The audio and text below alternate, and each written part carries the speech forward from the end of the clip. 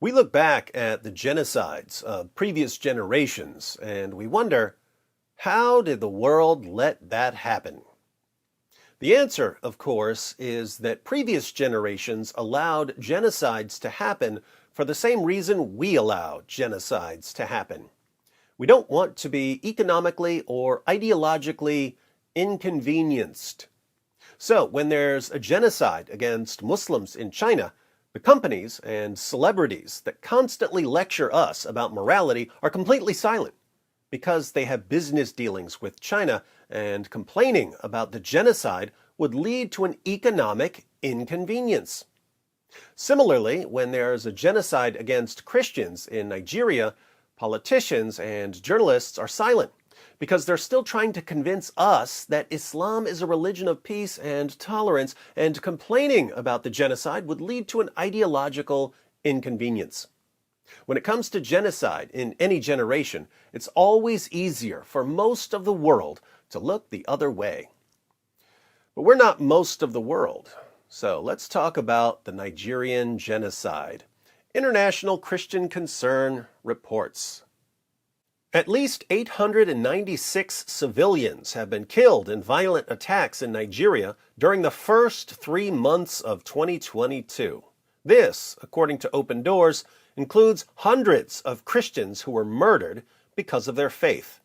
Open Doors is a non-denominational organization supporting persecuted Christians in the world. Open Doors cited a report by SBM Intelligence, a Nigeria-based research firm, for the reported killings in the West African country. The attacks are blamed on Islamist extremist groups such as Boko Haram and Islamic State in West Africa Province, ISWAP, militant Fulani herdsmen, bandits, and violent gangs. Now, what could all these groups who are slaughtering Christians in the name of Allah possibly have in common? Journalists can never seriously ask this question because it would be inconvenient for their narrative. Open Doors reported that there were increasing signs that these groups were working together and widening the impact of their violence. The organization alleged more Christians are killed for their faith in Nigeria than in the rest of the world combined. Nigeria is currently one of the scariest places to be a Christian, said Ilia Jadi, an Open Doors analyst for Sub-Saharan Africa.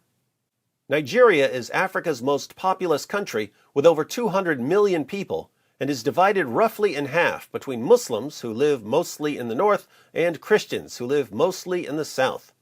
Last year, Nigeria earned the distinction of being the country with the world's worst persecution in International Christian Concern's Persecutor of the Year Awards. Wow, Persecutor of the Year.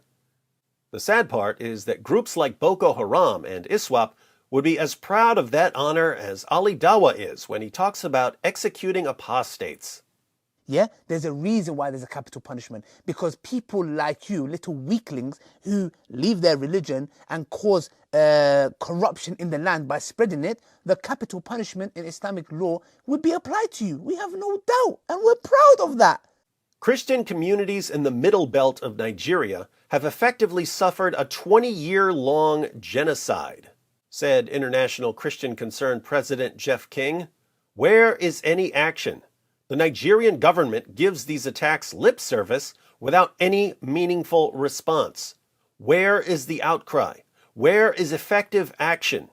In Nigeria, the military, the police, and the intelligence agencies are all controlled by Muslims.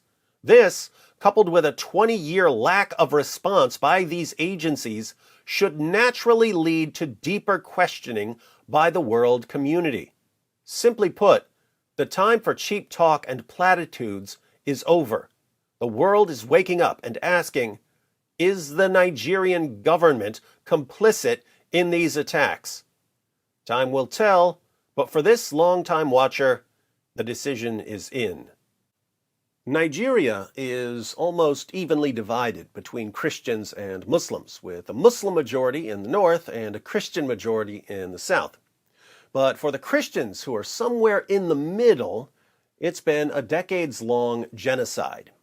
Jihadis want to expand, and contrary to the claims of Western journalists and dawagandists, Islam expands through terrorism, mass murder, beheadings, stoning, oppression, rape, kidnapping, forced marriage, torture, burning churches, and burning Christians. It's what future generations will look back at and wonder in horror. How did the entire world ignore the genocide of Nigerian Christians? And when future generations ask that question, my great-great-grandson will reply, they ignored it because they were a bunch of sniveling cowards with columns of marshmallows where their spines should have been.